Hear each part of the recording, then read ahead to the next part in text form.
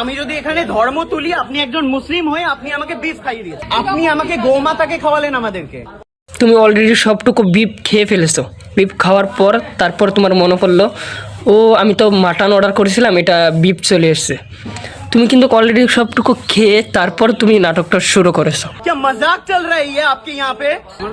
আপনি ভুল করলেন মানে আপনি জানেন আমি ব্রাহ্মণ, মাটন বলে বিফ খাইয়ে দিলেন। তুমি ছোটো খোকা, তুমি কিছু জানতে না যে এই রেস্টুরেন্টে এভরিথিং বস্তু পাওয়া যায়। তুমি বাটান অর্ডার করেছিলে, সেখানে বিফ চলে এসছে, তুমি বিফটা পুরো খেয়ে ফেলেছো, বাট তোমার মুখে স্বাদ নেই, তুমি বুঝতে পারছো না সে তুমি বিফ খেয়েছো না মাটন খেয়েছো। তুমি যদি এখন ভাত খেতে যাও, সেখানে যদি তোমাকে কেউ বিরিয়ানি দিয়ে দেয়, তুমি বুঝবে না যে সেটা ভাত কিংবা বিরিয়ানি। আপনি কি আপনার কি রিলিজিয়ন কি আপনার? হিন্দু না মুসলিম? আপনি মুসলিম। আপনাকে শুয়োর খাওয়াই জোর করে খেয়ে নেবেন আপনি? আর তুমি কি বলছো যে তুমি কি জিজ্ঞাসা করছো তোমার ধর্ম কি?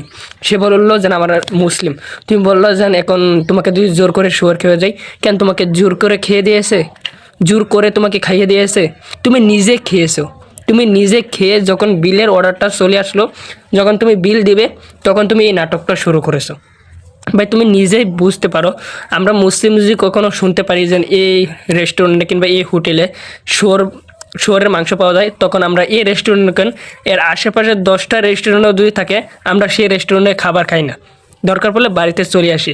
আর তুমি জানতে সেই রেস্টুরেন্টে গরু মাংস পাওয়া যায়, এভরিথিং বস্তু পাওয়া যায়, তবু তুমি সেই রেস্টুরেন্টে গিয়ে তুমি নাটকটা শুরু করেছো। হ্যাঁ, অবভিয়াসলি এটা তোমার নাটক।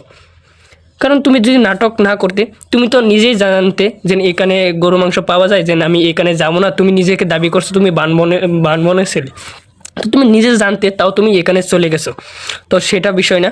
তুমি এখন বলতে আসছো তোমাকে জোর করে খেয়ে দিয়েছে। তোমাকে জোর করে খাইয়ে দেওয়া নাই, তুমি নিজেই খেয়েছো।